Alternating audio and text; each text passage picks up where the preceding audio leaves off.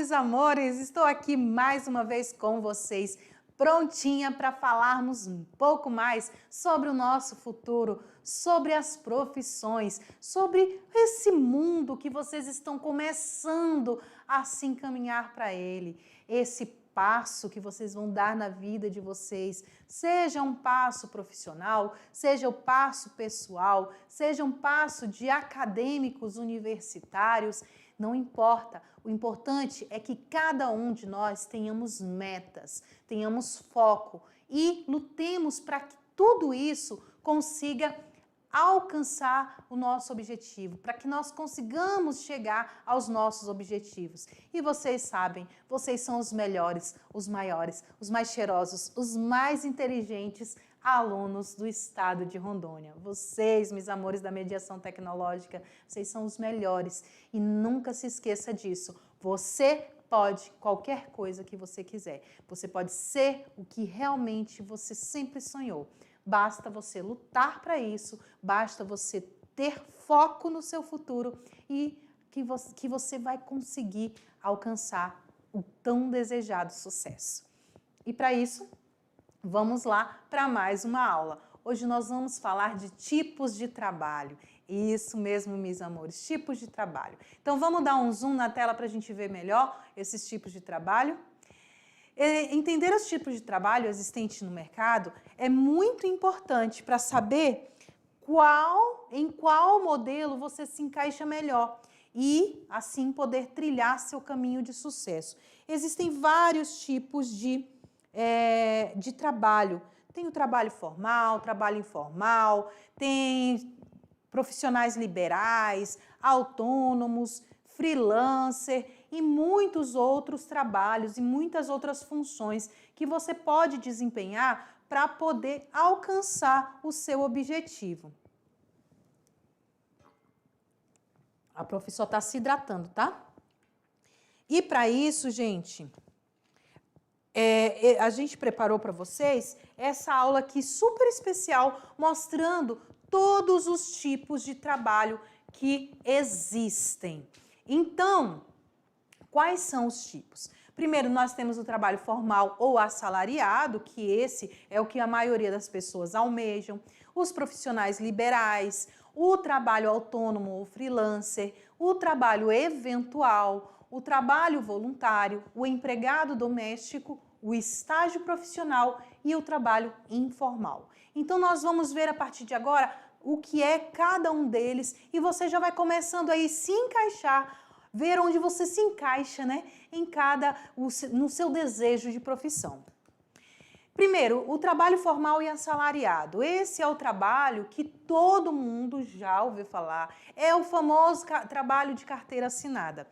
Mas não só também o de carteira assinada. O trabalho formal também vai se encaixar os concursados. Então, se você faz um concurso público, se você passa um concurso público, você também passa a ser um trabalhador formal, porque você tem um salário mensal, com todos os direitos, com tudo que a lei vai proporcionar para você.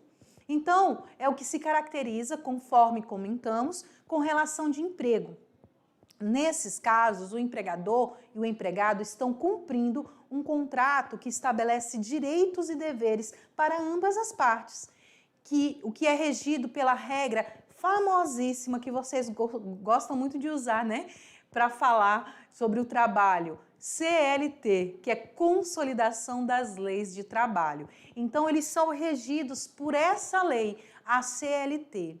Então, uma pessoa que é CLT, que a gente costuma dizer, eu vou ser CLT, fulano é CLT, é porque ele é um trabalhador assalariado, um trabalhador formal, que está regido pela lei de consolidação das leis de trabalho. Nesse tipo de contratação, o empregador precisa respeitar todas as condições colocadas pela legislação. Existem normas, existem deveres e existem direitos dentro da Constituição e da legislação sobre o trabalho formal. Inclusive, indicar ao seu funcionário que ele cumpra o que é determinado. Então, ele não pode só saber. Ele também tem que falar para o funcionário dele, olha, você tem direito a isso e a isso, ok? Então, isso é um dever do empregado, do empregador. O funcionário tem que ter um horário rígido de trabalho, ou seja, um horário a ser cumprido. É das 7h30 a tal hora, e de tal hora a tal hora, você tem tanto tempo de almoço, então você precisa ter uma carga horária de trabalho. Então, é preciso também, como funcionário, cumprir esta carga horária. Em geral, nos escritórios de empresa, num horário específico de almoço e também de descanso. É necessário um controle de ponto para garantir que as regras sejam respeitadas. Porque você não pode simplesmente começar a trabalhar numa empresa e entrar e sair a hora que você quiser. E quando o seu chefe te procurar, você não está lá e ele nem sabe onde está. Então, tem o registro de ponto, alguns pontos eletrônicos, alguns pontos manuais, mas existe esse registro de ponto, onde o funcionário, quando chegou no trabalho, a gente fala bater o ponto, você vai ali registrar a sua entrada, no seu horário de descanso ou seu horário de almoço, que você vai se ausentar do seu trabalho, você registra a sua saída, quando voltar, a mesma dinâmica, certo? Então, essa é a dinâmica, essas são as regras que devem ser respeitadas e que também vai fazer com que o trabalhador, ele entenda os direitos dele dentro de tudo, de toda essa legalização, certo? Ainda falando do trabalho formal, os contratados nesse formato, eles vão receber benefícios como vale alimentação, vale transporte, férias, 13º salário e outros. Tem empresas que não vão ali oferecer vale transporte, não vão oferecer vale alimentação, mas a maioria delas sim. Férias é obrigatório, 13º salário é obrigatório, então hora extra, se você ficar além do seu trabalho, também é algo que a lei vai te defender, certo?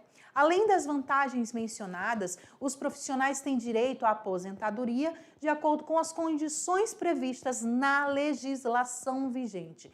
Então, todos os funcionários que trabalham formalmente, eles também têm os seus descontos dentro do seu trabalho, que esses descontos, que é do INSS, que a gente costuma falar, que é da Previdência Social, esses descontos, eles vão ali ser acumulativos para a sua aposentadoria.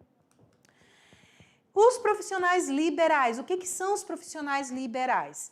Alguém que exerce uma profissão no nível técnico ou superior, ele é chamado de profissional liberal, porque a sua formação, a formação com que ele concluiu, vai lhe conceder essa liberdade, mas é uma liberdade ali assistida, né? Uma liberdade vigiada.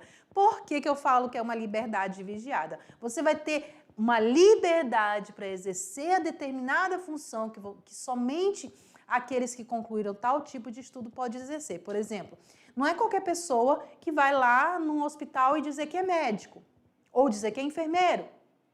Precisa ter um curso, precisa ter uma formação. E a partir do momento que você tem uma formação superior ou ainda um nível técnico, porque você está pronto para exercer aquela profissão, você se torna um profissional liberal. Por quê? Porque você tem uma função que você estudou para aquilo.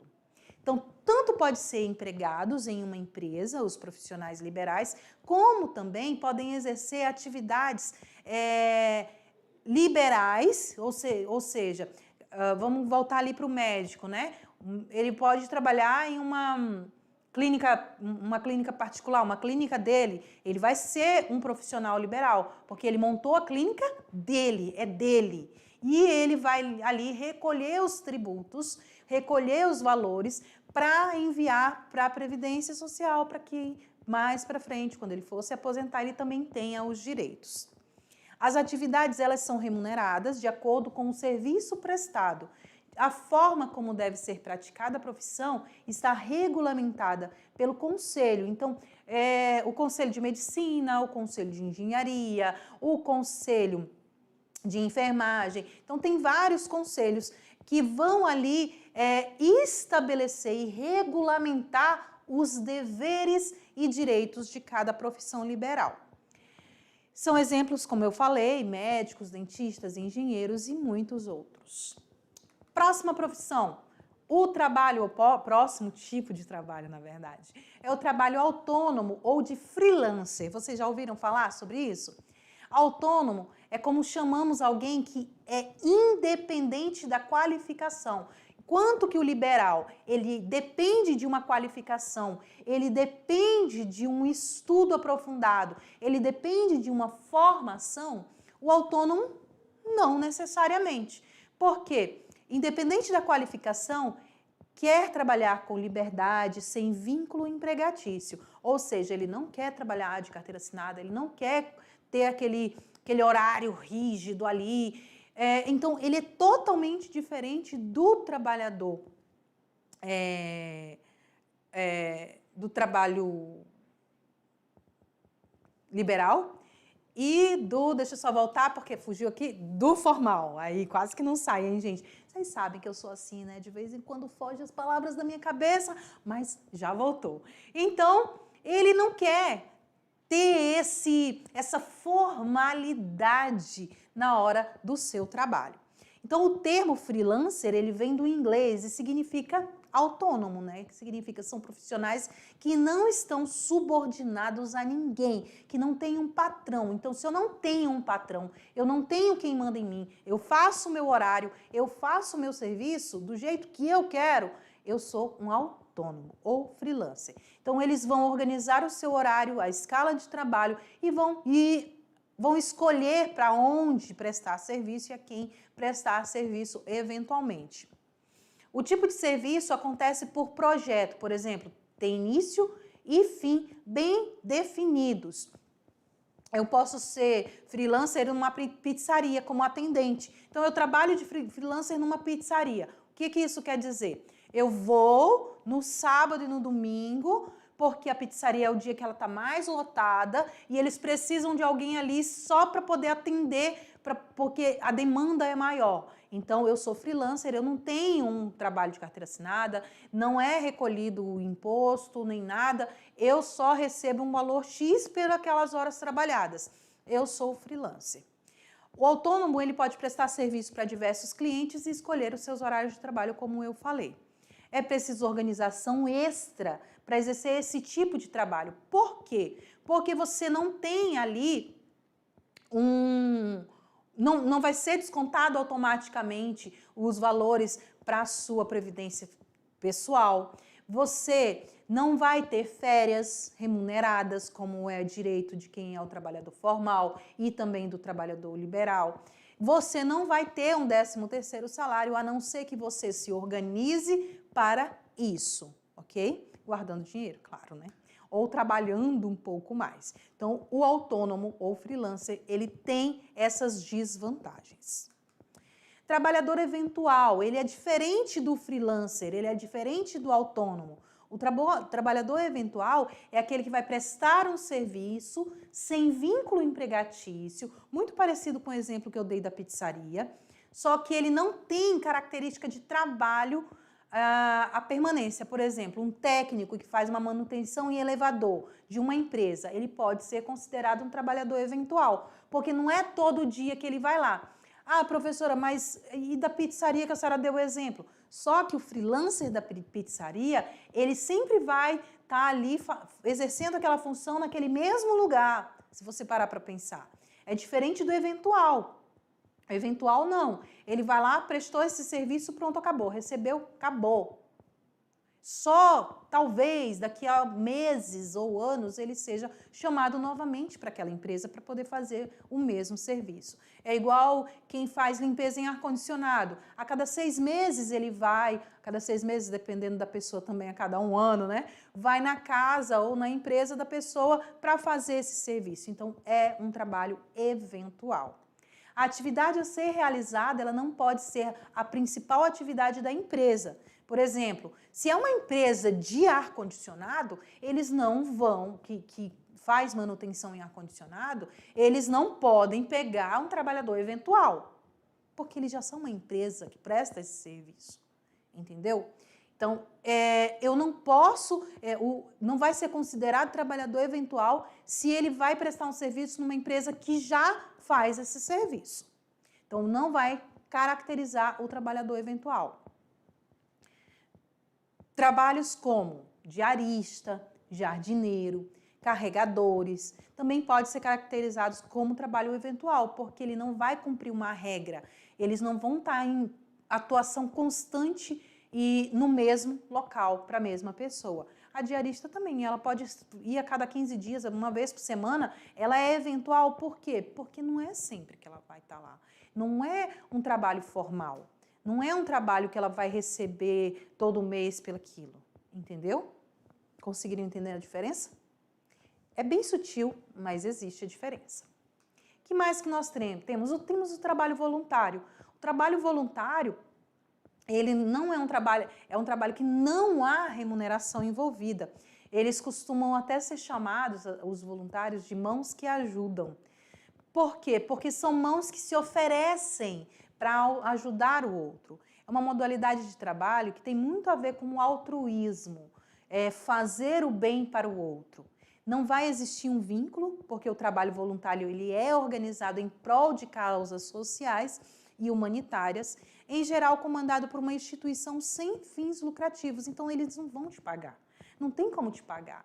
Você vai fazer ali do seu coração.